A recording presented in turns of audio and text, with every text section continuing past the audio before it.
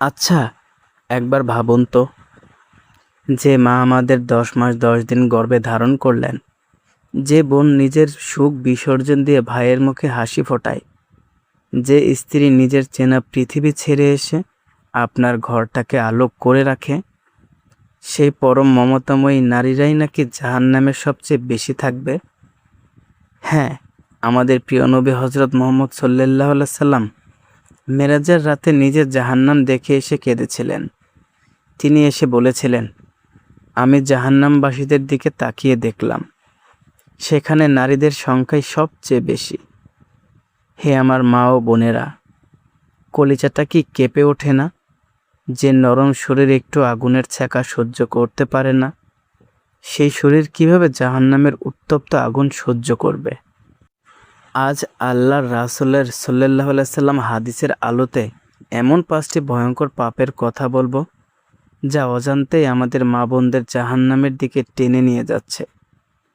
আজকের ভিডিওটি দেখার পর হয়তো আপনার চোখে পানি ধরে রাখতে পারবেন না, কিন্তু আল্লাহর দোহাই লাগে শেষ পর্যন্ত দেখুন, কারণ এই ভিডিও হয়তো আপনার পুরো জীবন এবং আখিরাত বদলে দিতে পারে।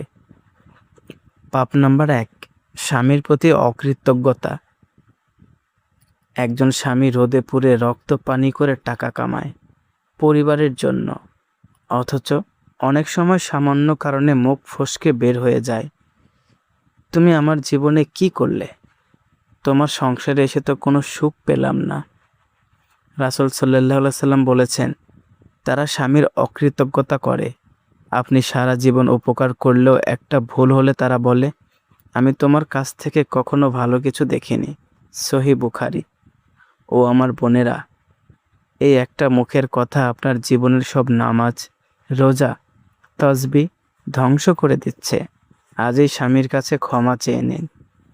পাপ নাম্বার 2, গীবত বা পরনিন্দা এবং চগলখড়ি। দুজন নারী একসাথে বসলে যেন অন্য কারোর সমালোচনা ছাড়া গল্প জমে না। অমুকের মেয়ে কেমন, তমুকের বউ কেমন। ভাই রে ভাই, আমরা কি জানি না গীবত করা নিজের মৃত ভাইয়ের মাংস খাওয়ার সমান? একবার ভাবুন, হাসরের ময়দানে আপনার কষ্ট করে করা নামাজ, রোজার সওয়াবগুলো ওই মহিলার আমলনামায় চলে যাচ্ছে, যাকে আপনি অপছন্দ করতেন। এর চেয়ে বড় দেউলিয়া আর কে হতে পারে? পাপ নাম্বার 3, বেপরদা চলাফেরা। আজকের ফ্যাশন, আজকের আধুনিকতা আমাদের মা বোনদের শরীরকে সস্তা করে দিয়েছে। সামান্য কিছু লাইক আর ভিউয়ের জন্য কিংবা রাস্তায় মানুষের নজর কাড়ার জন্য শরীরকে প্রদর্শন করা হচ্ছে। রাসূল সাল্লাল্লাহু আলাইহি সাল্লাম বলেছেন, জাহান্নামীদের 2টি দল রয়েছে, যাদের আমি এখনো দেখিনি। একদল নারী যারা পোশাক পরে উলঙ্গ থাকবে, পাতলা বা আঁটসাঁট পোশাকের কারণে তারা জান্নাতের সুঘ্রাণও পাবে না। সহিহ মুসলিম। বোন আমার, যেদিন কাফনের কাপড়ে আপনাকে মুড়িয়ে কবরে নামানো হবে, সেদিন এই শরীরের রূপ কোথায় থাকবে? কেন এই ঘনস্থায়ী দুনিয়ার জন্য চিরস্থায়ী জাহান্নাম কিনছেন? পাপ নাম্বার 4, অভিশাপ দেওয়া ও কথায় কথায় গালাগাল করা। রাগ হলেই সন্তানকে অভিশাপ দেওয়া, প্রতিবেশীকে অভিশাপ দেওয়া, কথায় কথায় লানত দেওয়া, এটা অনেক নারীর মজ্জাগত অভ্যাস হয়ে গেছে। মেরাজের রাতে রাসূল সাল্লাল্লাহু আলাইহি সাল্লাম যখন নারীদের জাহান্নামে বেশি দেখার কারণ বললেন, তার মধ্যে একটি ছিল, তোমরা বেশি বেশি লানত বা অভিশাপ দিয়ে থাকো।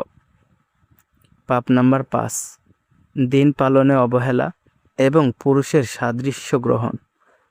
সংসারের কাজ, বাচ্চার পড়াশোনা, রান্নাবান্না সব কিছুর সময় আছে, কিন্তু আল্লাহর দেওয়া মাত্র 5 ওয়াক্ত নামাজের সময় আমাদের মা বোনদের অলসতা চলে আসে। নাটক সিনেমা দেখার সময় চোখের পানি পড়ে, কিন্তু জায়নামাজে বসে আল্লাহর ভয়ে চোখ থেকে এক ফোঁটা পানি ঝরে না। একটু চোখ বন্ধ করে ভাবুন তো, জাহান্নামের সেই আগুন, যা দুনিয়ার আগুনের চেয়ে 70 গুণ বেশি উত্তপ্ত, সেখানে চামড়া পুড়ে গলে যাবে, আবার নতুন চামড়া দেওয়া হবে, শুধু শাস্তি আস্বাদন করানোর জন্য। পিপাসায় বুক ফেটে যাবে, কিন্তু খেতে দেওয়া হবে ফুটন্ত পুঁজ আর জাক্কুম কাটা আমার মায়েরা, আমার বোনেরা, আমরা কি সত্যি এই শাস্তি সহ্য করতে পারবো? আমরা তো সামান্য একটু আগুনে হাত লাগলে চিৎকার করে উঠি।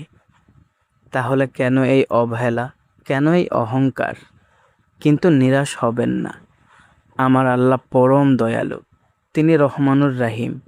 আপনি যত বড় পাপই করুন না কেন, আল্লাহর ক্ষমার চেয়ে তা বড় নয়। আল্লাহ তাআলা পবিত্র কোরআনে বলেছেন, হে আমার বান্দারা, যারা নিজেদের প্রতি অবিচার করেছ, আল্লাহর রহমত থেকে নিরাশ হইও না। নিশ্চয়ই আল্লাহ সব গুনাহ ক্ষমা করে দেন। সূরা জুমার আয়াত নম্বর 53। রাসূল সাল্লাল্লাহু আলাইহি সাল্লাম যখন নারীদের এই সতর্কবার্তা দিয়েছিলেন, তখন মদিনার নারীরা কেঁদে ফেলেছিলেন এবং তাদের হাতের আংটি, কানের দুল খুলে দান করে দিচ্ছিলেন, যেন আল্লাহ তাদের মাফ করেন। আজকের এই ভিডিওটি শেষ করেই জায়নামাজে দাঁড়িয়ে যান। 2 রাকাত তওবার নামাজ পড়ুন। আল্লাহর কাছে হাত তুলে কাঁদুন। বলুন, হে আল্লাহ, না বুঝে অনেক ভুল করেছি। স্বামীর অবাধ্য হয়েছি, পর্দা করিনি, গীবত করেছি। তুমি আমাকে মাফ করে দাও। আমাকে জাহান্নামের আগুন থেকে বাঁচাও। আল্লাহ অবশ্যই ক্ষমা করবে। যদি আজকের এই কথাগুলো আপনার হৃদয়ে বিন্দুমাত্র আঘাত করে থাকে, তবে নিজেকে আজই সংশোধন করুন। আর ভিডিওটি শুধু নিজে দেখে রেখে দেবেন না, আপনার পরিচিত মা, বোন, স্ত্রী বা বান্ধবীদের সাথে শেয়ার করুন। হতে পারে আপনার একটি শেয়ারের কারণে কোনো এক বোনের জীবন বদলে যাবে, আর হাসরের মাঠে সেটাই আপনার নাজাতের উসিলা হবে। আল্লাহ আমাদের দেশের সকল মা বোনকে হেদায়েত দান করুন। সবাইকে খাঁটি পর্দায় থাকার এবং জাহান্নাম থেকে বেঁচে জান্নাতি নারী হওয়ার তৌফিক দান করুন। আমিন।